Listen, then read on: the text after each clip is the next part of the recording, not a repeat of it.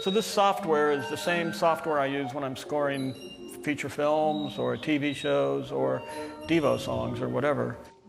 Mark Mothersbaugh is an innovator. He's known for his band Devo, but he's also a painter and respected composer for film and television. Today, he's testing out one of the world's most unique instruments. This orchestrion doesn't play notes, it plays bird calls. While working on a Wes Anderson film, Mark was sent a silent country scene, and that got him thinking. At my studio, I had about 110 different bird calls at the time. Some of them are things with little cranks on them that have a fluttery wheel, and they're very complicated. And I started sampling them so that I could put those in with the picture. That was it.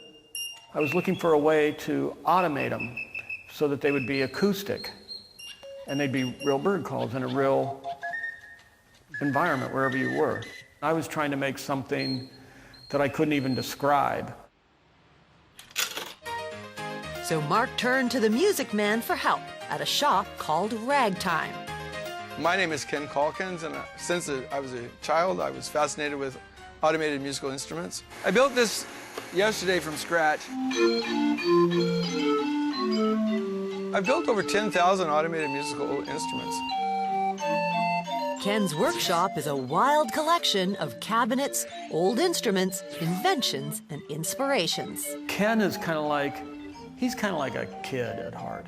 I think there's a big part of him that is just like this boy genius. So in this shop, we convert old player pianos into player Nickelodeons.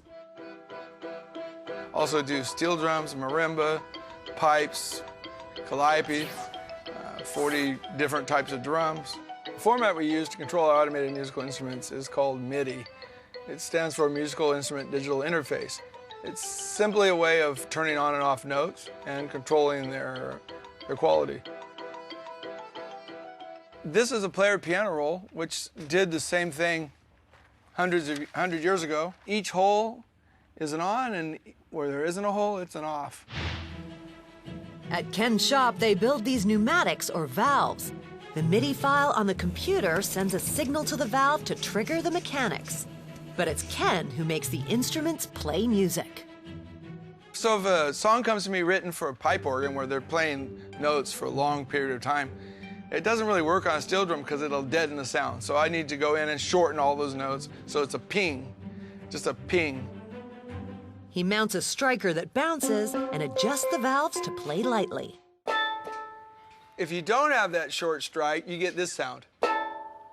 His biggest challenge is the stringed instruments. You have to fret first and then a fraction of a second later, pluck. With the use of high-speed cameras, we were able to see the string vibrating and not vibrating, and so we found that we really needed to fret a little bit before we pluck to get a nice clear note.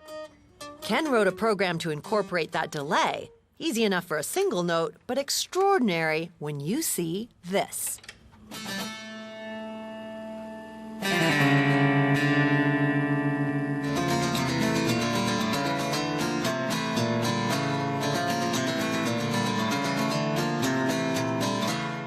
The big project I'm working on now is an upside-down orchestra. The upside-down orchestra is about 46 different instruments playing about 10 to 12 feet up in the air, so you can walk beneath it. For programming the MIDI files, a machine with 46 instruments is going to take me all day for a real good song.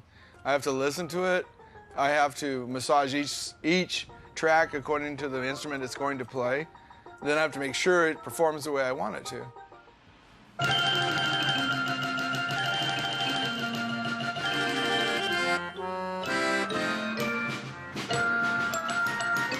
Clearly, Mark needed those special skills to turn 50 completely different bird calls into music.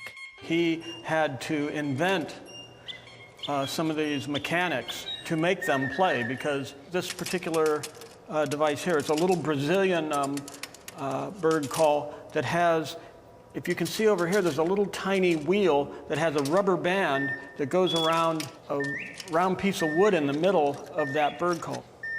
To make the sound of a flock of quail, there's these little brass like whistles inside rubber tubing, and he had to invent a way to shake it so you get like a flock of quail sound. You remember that band, Flock of Quails?